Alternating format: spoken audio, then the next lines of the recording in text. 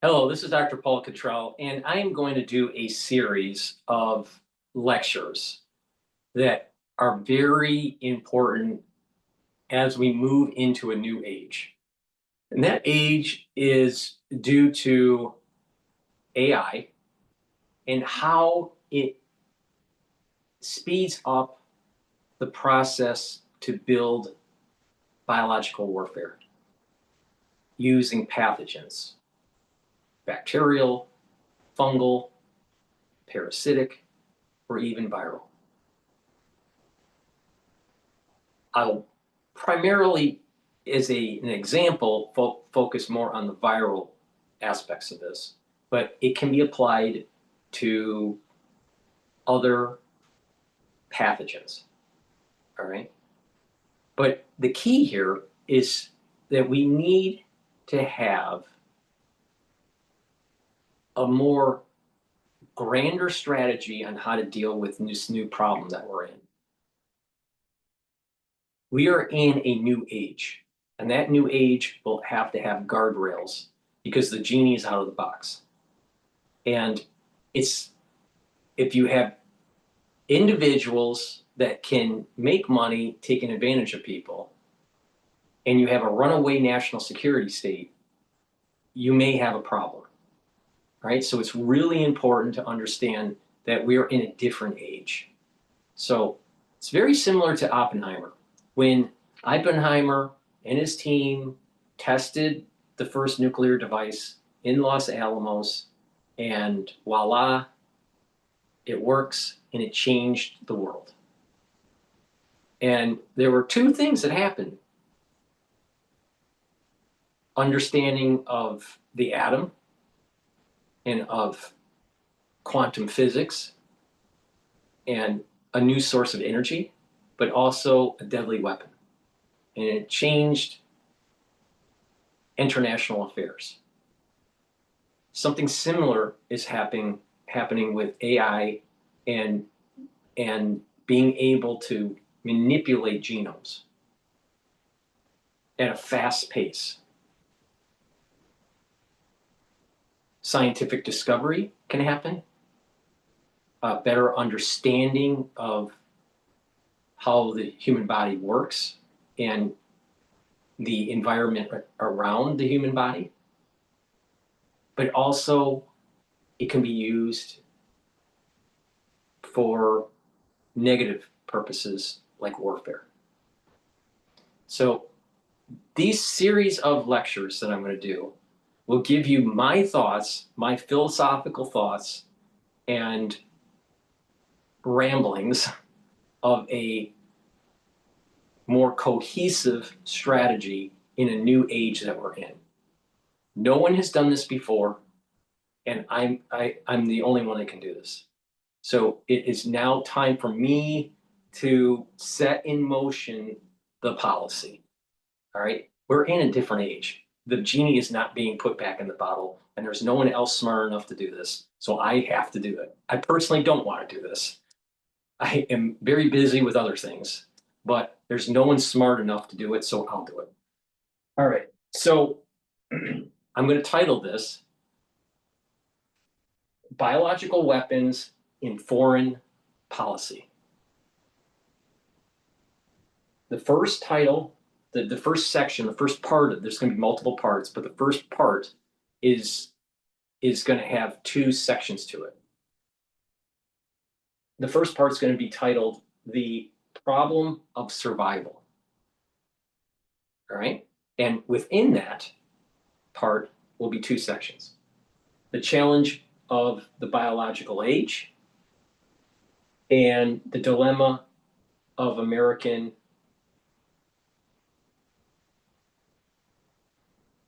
right here, American, I can't even see what I wrote here. Hold on.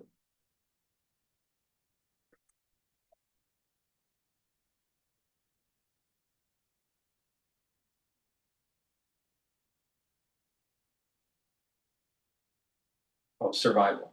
Okay. The dilemma for for American survival. Okay, so Let's start with the first section, the challenge of the biological age. The challenge of the biological age and the rapid biological discovery.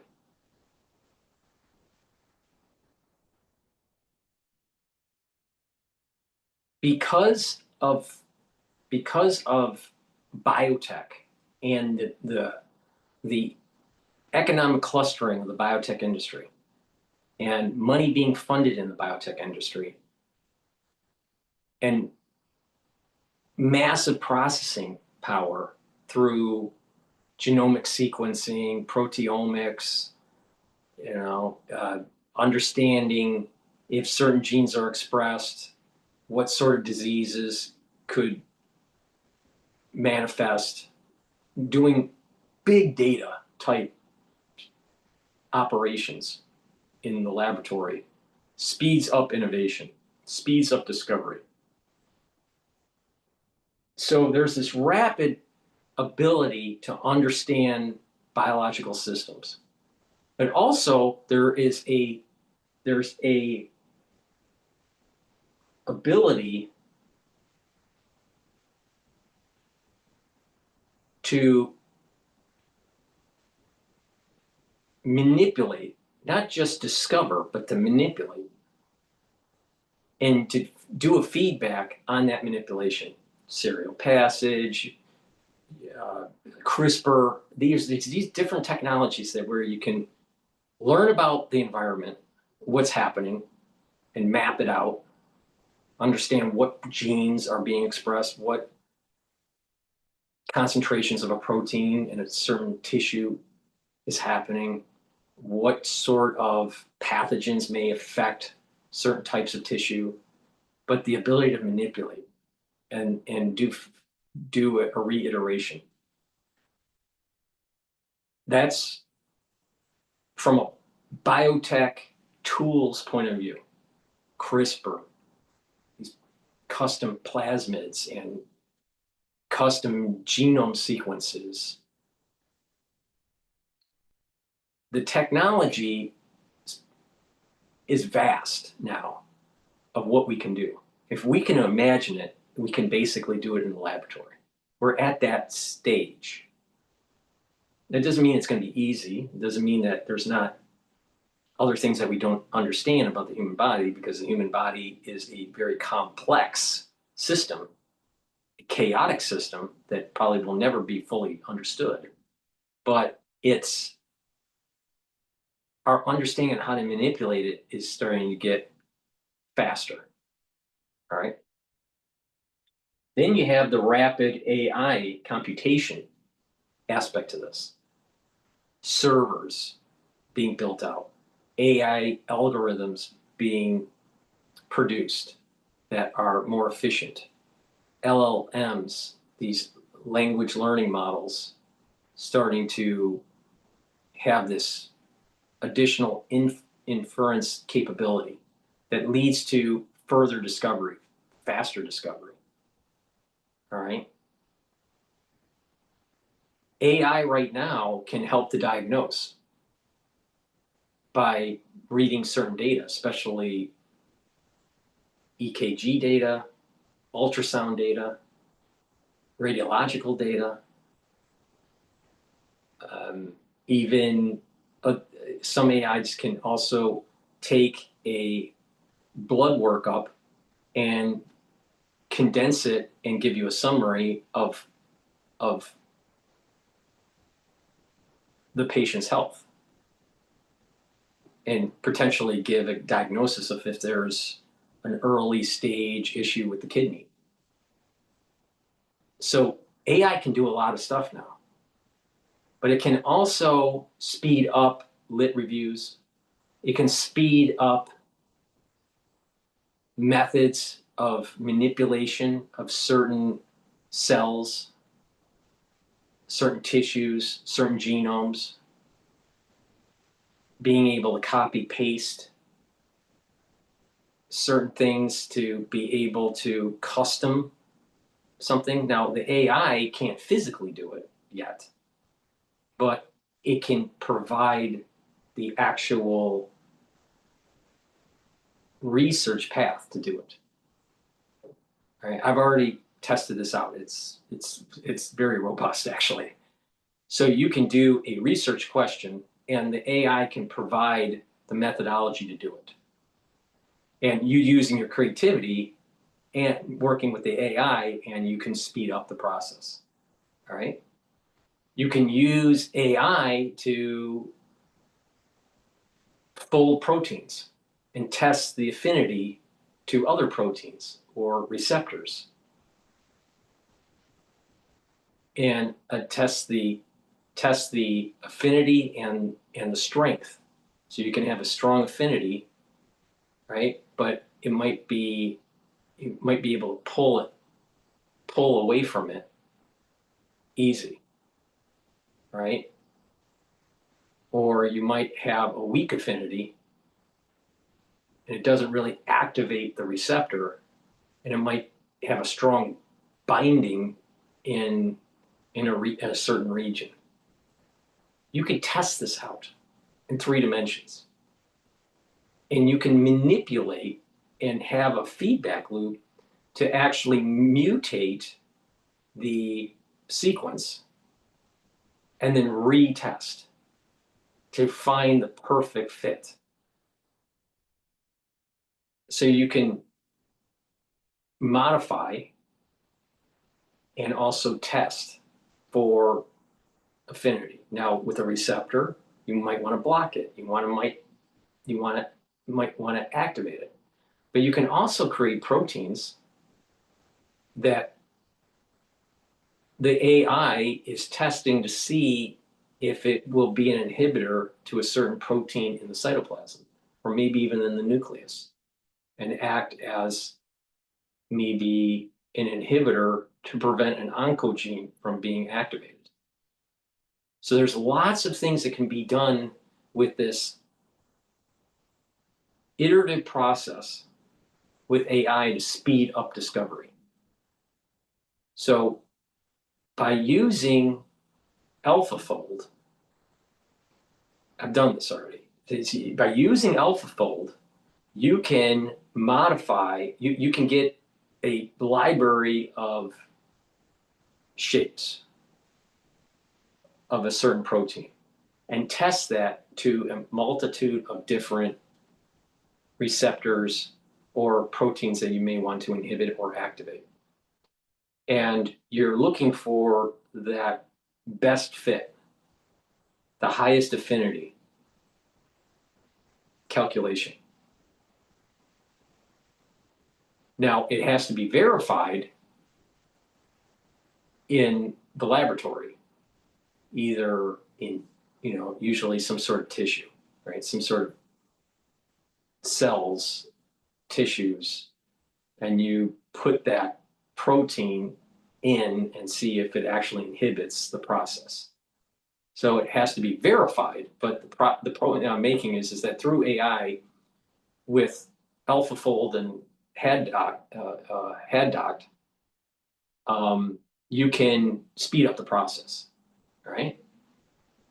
And as computation power increases, this is going to be quicker and faster, right?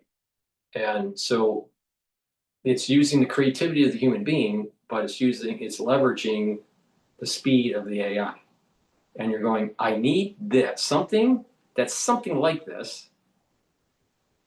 Just imagine you have a shape and you're telling the AI, I need you to make the inverse of this shape, or a counterpart of this shape, and it figures it out for you. Now, you can do that for diseases. Let's say cancer. You want to shut down a process. So you want to find a shape and shut down the process. But you can also say, okay, I want to enhance a feature of a pathogen so it has a higher affinity to a receptor. So instead of doing the serial passage, you're doing the serial passage in silico. And when you do that, you're speeding up discovery. You're speeding up the weapon, the bioweapon. So there is this rapid development of big data and understanding the biological effects of a process or a disease, and the speed of AI to fine tune what you want to target. All right. And you can customize this from scratch. You can take an empty canvas or, an empty blackboard, if you want to use that term, or even a whiteboard, just totally empty, and you can customize a virus and make it. That's where we're at right now.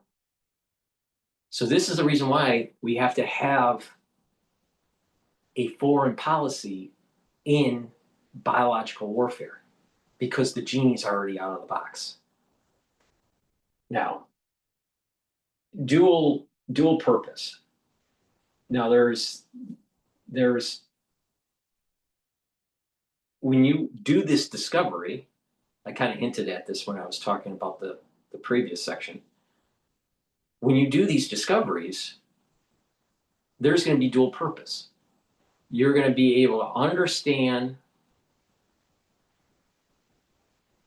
detailed features of a biological process, but you'll also be able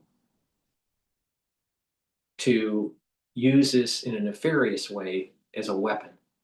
So you can do these types of advanced development with AI and the speed of big data to learn about certain pathologies, to find treatments for a disease, but also create a disease or create a pathology, create a weapon. So there's a dual purpose, and this is another reason why we have to have some sort of foreign policy structure. Now, there are different types of systems. Now, I'm going to use my definitions of these and not a definition that is written in, on X or whatever, but my definitions of these. So you have Dragon King. So it's about chaos, right? When you're manipulating a system, or when you're trying to understand a system, most systems are complex. They're interesting, right? If it's a boring system, it just sits there. It's not complex. But if there's feedback loops, and the more feedback loops there are, and there's inputs from the environment, and the system is exporting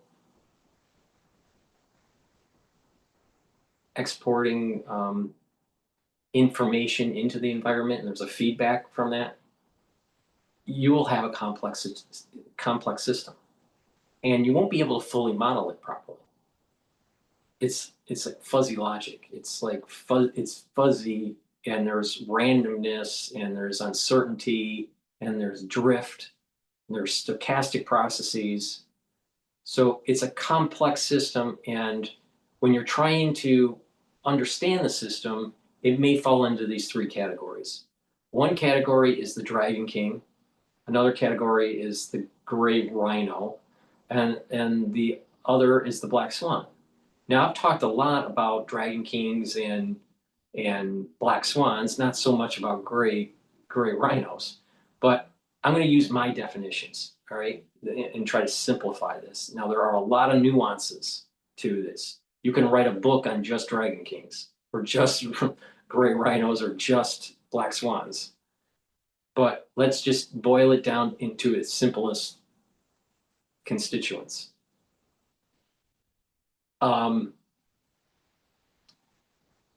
Dragon Kings are a situation where you have a system that's complex,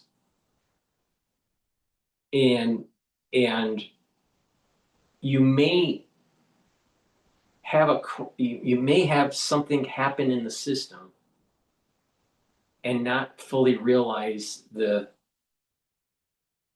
the exponential effect of it, but you can see it.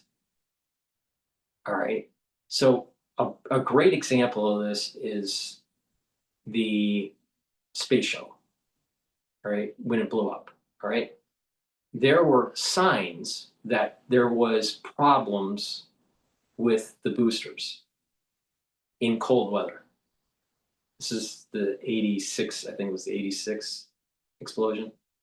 But the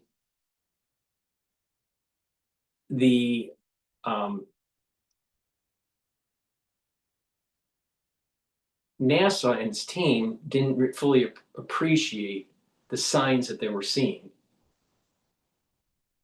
and that it led to a catastrophe. Right, so you can see it's a complex system that you're getting data, but don't fully appreciate the magnitude of the effects of that change in the system. So it's a I found some web results. I can show them if you ask again from your iPhone. So you can't, so there's this moment in time that you see the results, but you don't fully appreciate what they mean a few time periods from now. And it's a catastrophic event. There's some sort of power law to it. It's exponential. It's the effects aren't fully appreciated until after. So it rears its head, but you can see it. You can if you knew what to look for and had enough creativity or enough imagination, you would fully appreciate what's happening. I think a lot of systems are actually Dragon Kings, but there are these systems. Let's take the other side of the spectrum: black swans. Black swans are a system that your knowledge is such that you don't know that there is a problem, and you don't know the effects of what you don't know. So the unknown unknown is the famous phrase that Rumsfeld said. That's the black swan, where there's insufficient understanding of the system, and there is an event that is catastrophic. If you knew what to look for, then it would be falling more into a Dragon King situation. So a pure black swan is you don't know what to look for because there's something that you don't know about the system, right? Now, there are situations where no matter how much you know of the system, there may be chaotic feedbacks that are completely unexpected, and that would be considered a black swan also. So it's you don't know, and you don't know something is happening in the system, and the catastrophic effects from that. So the question is, well, what about Lehman? Was Lehman a black swan or not? Some people would say it was black swan. I would say it was probably a Dragon King because Lehman, the signs were there, especially in the subprime mortgages, where certain loan officers were saying this is not good. We're processing these loans that shouldn't be processed. That was right there was the sign, but they didn't understand the full effects of it. All right. From the perspective, and this is important because it's about relativism. From the perspective of the loan officer, knowing that they shouldn't be doing these loans, it was a Dragon King. From the perspective of, let's say, the average person, just doing, going to work and doing their thing, it's totally they have a job that's unrelated to finance. Then all of a sudden there's a market crash. It seemed to him or her as a black swan. All right, so I guess relativism is an important feature on if it's a black swan or a Dragon King, but that's a nuance of this comparison and contrast.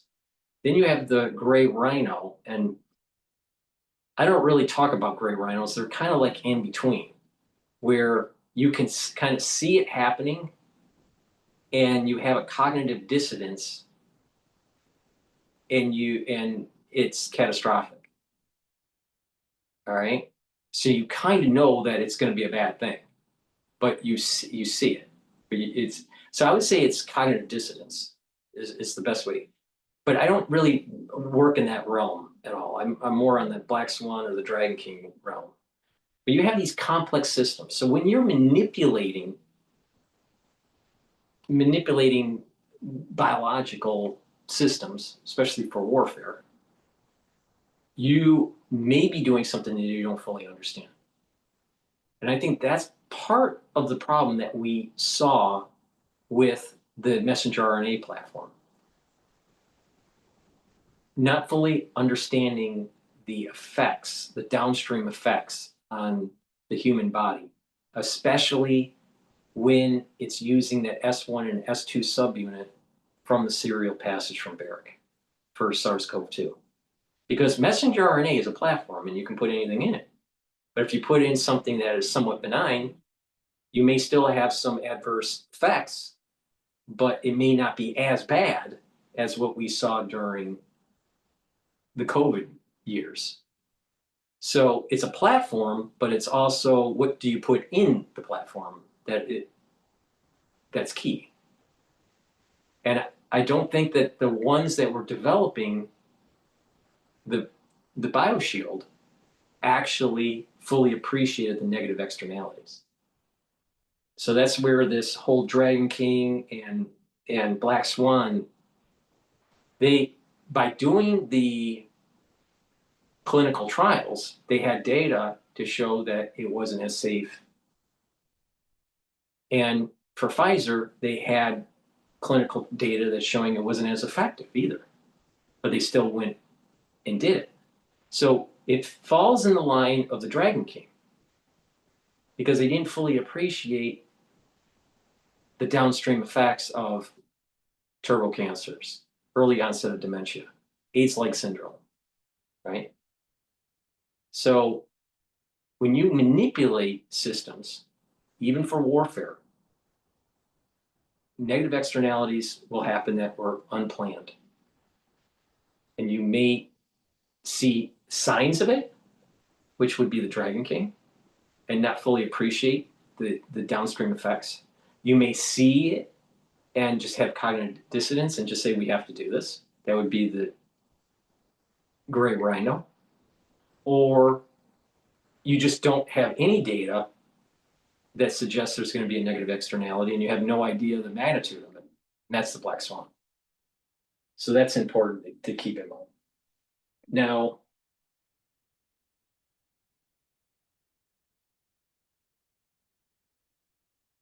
so you have these feedback loops, all right, in these systems, positive and negative feedback loops that add to the complexity and adds to the uncertainty.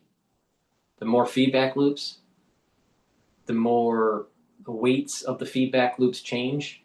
When there's feedback loops on feedback loops, inhibitors of inhibitors, and agonists of agonists, and all this stuff, it can create a very complex network. That's how the brain works, actually.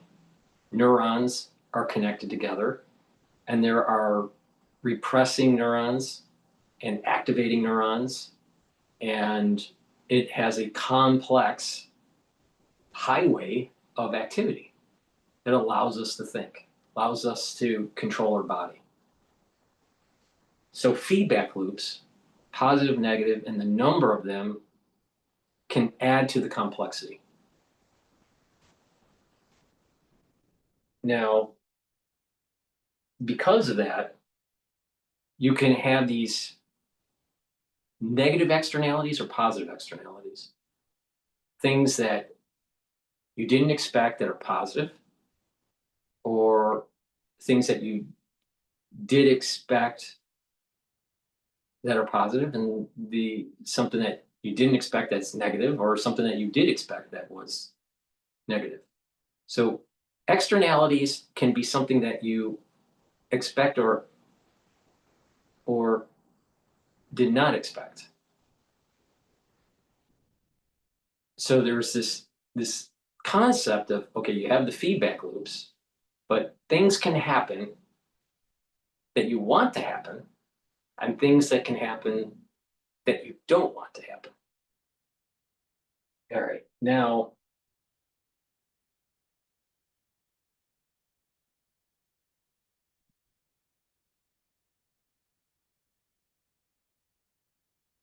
if you use biological weapon development in this context of complex systems, and you're modifying it, and you test to see if it's going to shut down a certain biological process, have someone become ill, produce a cancer, or create hemorrhaging, or whatever it is, all right? And you're testing it in the lab, and you're 80% sure, let's say, that what you developed is going to harm the way you designed it to harm. There's still this 20% chance that it does something that you didn't expect. In some cases, probably very, very rare, but in some cases, it's possible, maybe highly improbable, but it's possible that you develop a weapon that in some populations may actually help cure a disease, but your intent was to harm. So the surviving population may actually end up being stronger in fighting certain types of diseases, or they're more robust. Again, that's possible, but highly improbable. There's also things where you think that it's going to work 80%, and 20% chance it doesn't. So there's still this chance that when you do it, it doesn't do what you want, and it's less effective, less lethal, may become more lethal. So and if you want it to be less lethal and it becomes more lethal when you release it, then it's a problem. All right. It's also a problem if you want it to be lethal and it's less lethal. It's also a problem in the context of making biological warfare weapons. All right. So playing around with complex systems of the body and releasing these agents into the environment against your enemy may cause these negative externalities that you may have planned or may not have planned for. A great example of this is the bioshield. The messenger RNA didn't work very well. It's not safe and it's not that effective. All right. Now, or not as effective as they wanted it to be. Let's put it that way.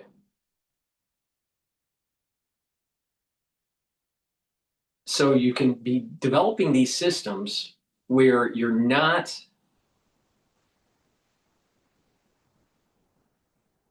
fully appreciating the negative blowback onto you. So you release the weapon, you release the biological weapon that you've developed onto the battlefield or onto your enemy.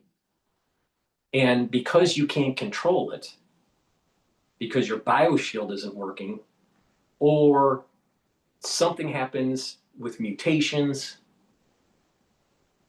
that come back and circumvent your protection. So your bioshield is inadequate for what you released, even though your testing thought it was going to be okay. Or something changed in the environment when you release it that led for a feedback to you and it circumvents your defense system. The complexity of what I'm saying here is much more than nuclear weapons. Nuclear weapons are big bang, a lot of people die, there's radiation, there's a fallout. Depending on how much radiation, it could be tens of years, few decades, or it could be hundreds of years. If all the nuclear weapons are launched, then it's Armageddon and nuclear winter, and mankind is going to go down to probably 3,000 people, right? The feedback, the negative feedback, is really the nuclear fallout and the radiation, right? But that's kind of a known quantity. Right? It's kind of known what, all right, what is really going to happen if we do this. In biological warfare, and also with nuclear weapons, the barrier of entry is really high. You need a lot of time and a lot of money, and you need to mine certain types of material, uranium, plutonium, whatever, and you have to have a nuclear program that takes years to get to a weapons grade level. All right, or you can have a lot of money and buy it from someone, but the point here is it takes time. All right, and it takes a lot of money, and the barrier of entry is high. In biological warfare, the barrier of entry is low, and the feedback loops that are unknown are much higher than the feedback loops that are unknown with nuclear weapons. So creating a foreign policy on nuclear weapons is actually easier, even though it was hard to have a foreign policy on this. But that's an easy solution compared to AI-developed biological warfare. Because the speed, the barriers of entry, the feedback loops, all these things that I'm saying add to further complexity of a foreign policy when you're in biological arms race. And now we're not talking scientific. We're talking developing biological warfare devices, pathogens, chemical, whatever. All right? So those feedback loops, like let's say chemical warfare is a little bit more contained with less feedback loops.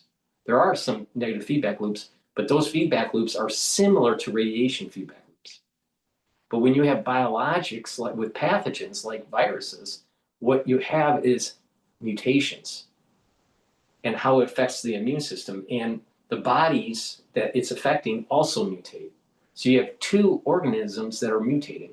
You have the actual pathogen that's mutating and the organisms that it's affecting that are mutating. And there's this feedback.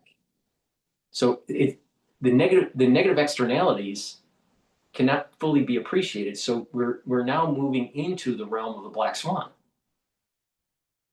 All right, so this is really important to understand of these feedback loops. And creating a foreign policy is harder in biological warfare, biological weapons, than with nuclear weapons.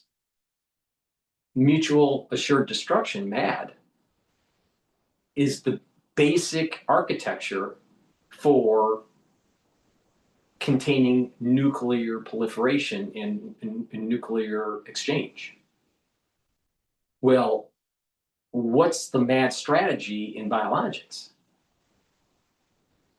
This is what I'm saying here is very important.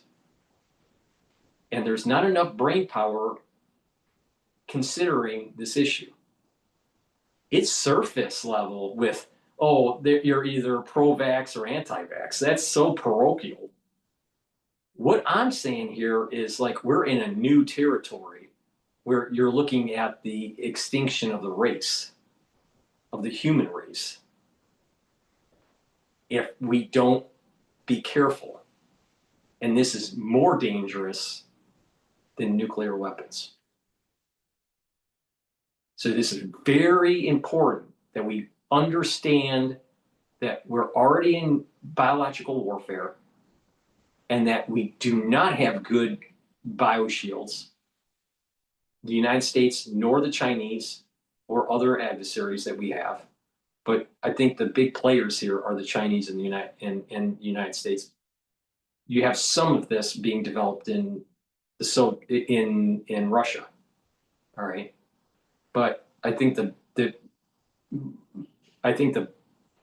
as the world starts to move towards conflict between the United States and China, one of the spectral dominant aspects to warfare will be biologics. So we have to have a good foreign policy architecture to understand if it's used, what do we do?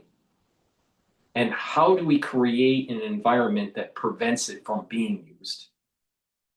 This is very similar to the nuclear weapon age before there was a mutual assured destruction architecture. So it's for the ones that are listening, get your head out of your ass and stop worrying about vax and anti-vax. That's very parochial and that's like fifth grade, right? Maybe even fourth grade. We're going all the way into graduate level now here. We're going to Ph.D. level. We're talking about extinction of the race here. Now, okay, now, so these lectures that I'm going to be doing will be defining what that foreign policy architecture needs to be. We are in biological warfare now. This is not some future event. It's happening now. We don't have a foreign policy architecture to prevent our adversary to make further biologics. And we sure as hell don't have a force to prevent us from doing further gain of function research and creating biological weapons. So there's no constraint. What's restraining the United States from doing it? Well, you can say the same thing with China. Oh, the Western powers are just more ethical? Really? Really? Is that going to be the foreign policy? Is hope that your adversary is ethical, or that you're ethical? That's not the right way to do it. This is more of an issue than nuclear weapons. All right, now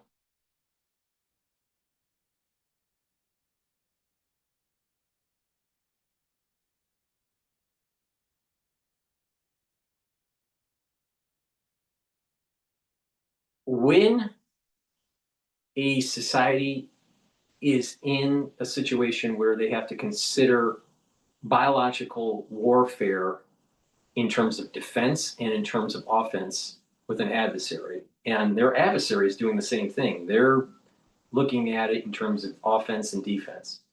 That means you have to, on the defensive side, you have to develop antidotes and develop therapeutics, right, to fight these types of pathogens. In the case of viruses, so it would be antivirals and vaccines and, right, or therapies that may shut off certain types of code. Like there's RNA, small RNA pieces, segments that can shut off other RNA, right? But there are many strategies on how to shut certain things off. So you can create a bioshield, but then you have to make sure that when you use that bioshield, it doesn't cause harm for your population. And this is in the context of what you're making and what you think or know what your enemy is making. So now there is espionage and covert operations to understand what the enemy's doing. So this gets even more Cold War like, right? We needed to know what the Russians were doing or the Soviets were doing during the Cold War with their nuclear program. And so the CIA had, a whole network to try to find out what's going on in the Soviet Union. Well, something similar is going to have to happen with in China. And I'm sure the Chinese are doing it in the United States already. So we have to develop a bioshield. Now, the whole concept of ADEPT and these bioshield DARPA programs are moving in that direction. The golden child of it was supposed to be messenger RNA because it was fast. You can get from once you sequence the pathogen, you can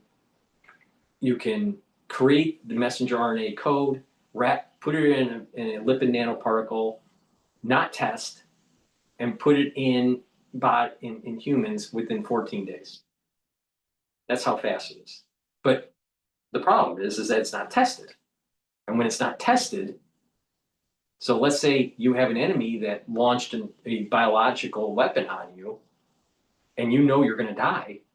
Are you going to do testing on this rapid deployed method in that first wave of deaths? Probably not, because you have to look at the risk benefit reward. If you know you're going to die from the drop of the biologic from your enemy, and you're trying to create a messenger RNA as the antidote to it, it's either you die or you take the risk of the antidote working. So you got to look at it. At what phase are you in with the actual release of the biological weapon? The early phase and what you do is different than the middle phase or the end phase of it.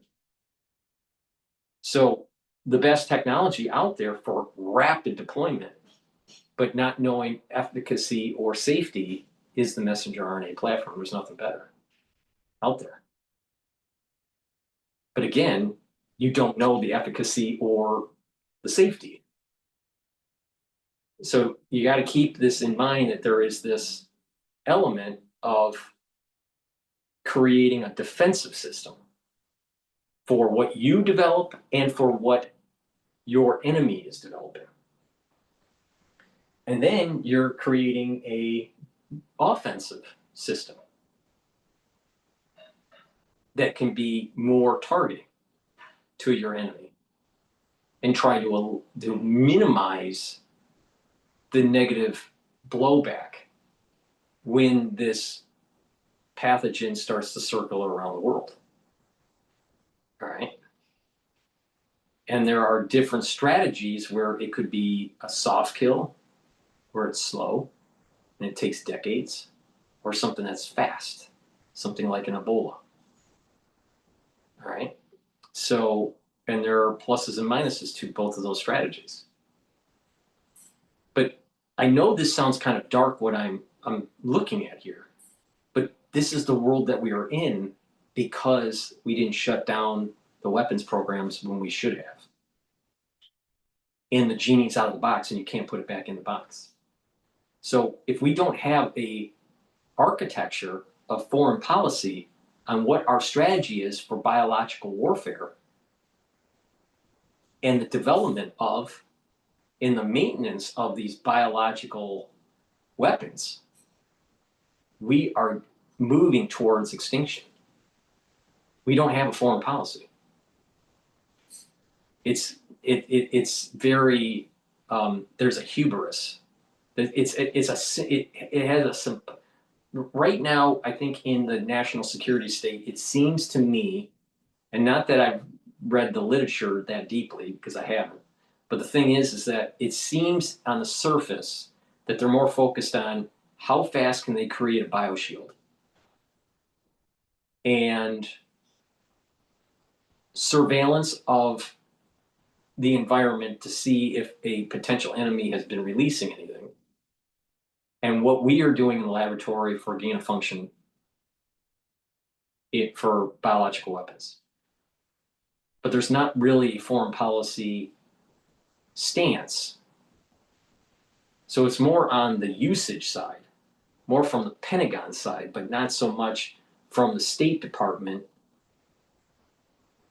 side on how do we de-escalate this? Because it's about de-escalation. It's not about ramping this up and causing extinction. So what is the foreign policy stance, and what's the architecture to get there? And that is a big, big problem. And no one's talking about this. No one's seeing like what I'm seeing. It's like I am 20, 30 years ahead of everybody on this. So okay, so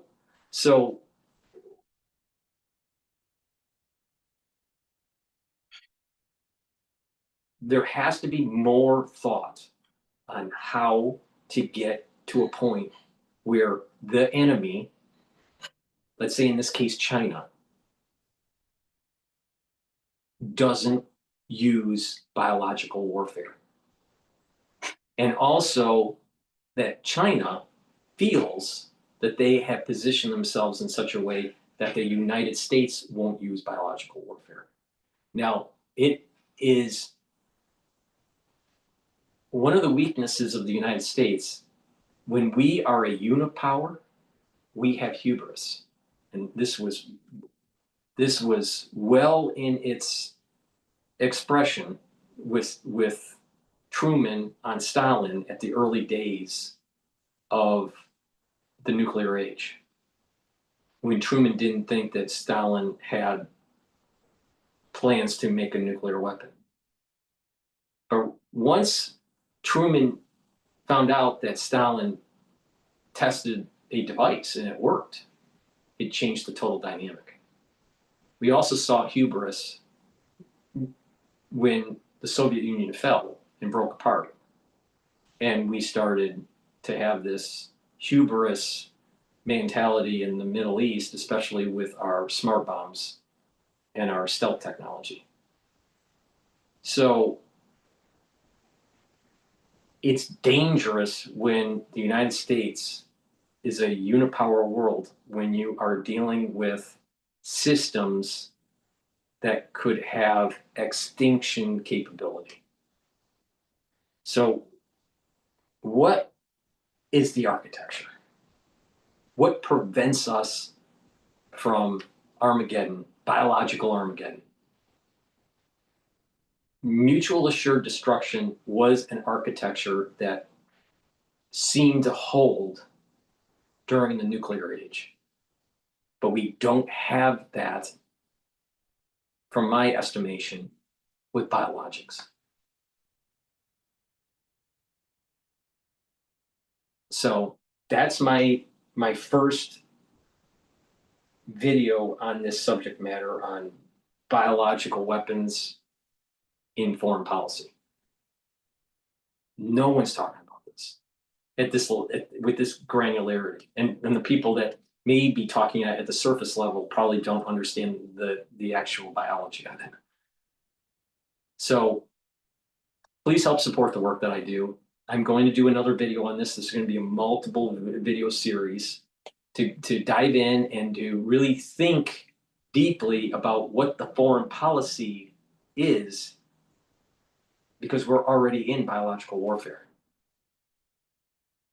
And biological warfare doesn't mean that there's always every day a new biological agent being released. You could be in biological warfare and it's quiet for a little while. All right? And then it rears its head again. It did the first wave, and then it rears its head again maybe 10 years later. Or it could be that adversaries release agents. There is a wave of death. There's a wave of disease. And then there's a quiet period. And then there is further waves of death, related or unrelated to the pathogens that they released. Maybe they released new pathogens, or the pathogens that they released years ago mutate, cause further problems. So there's that longer duration mutation dynamic, or an emergent dynamic that doesn't seem to hold with nuclear weapon exchange. So the complexity here is a little different. Like, what prevents? I understand that what prevents us nuking Russia and Russia nuking us? It's a mutual assured destruction. What prevents an exchange of biological warfare? Now, one may say, well, it's nuclear. The nuclear deterrent is the biological deterrent. I'm not so sure if that's true. So we're going to dive in more and more with this. And you're going to see that I'm going to evolve my thinking on this. But no one is talking about what's the foreign policy. What's the architecture to de-escalate biological warfare? Because AI and our advancements in biotechnology have gotten us up to a point where we're already in biological warfare. Thank you for listening, and have a nice day. Please help support the work that I do by going to my website, the-studio-reykjavik.com. Take a look at the products that I have.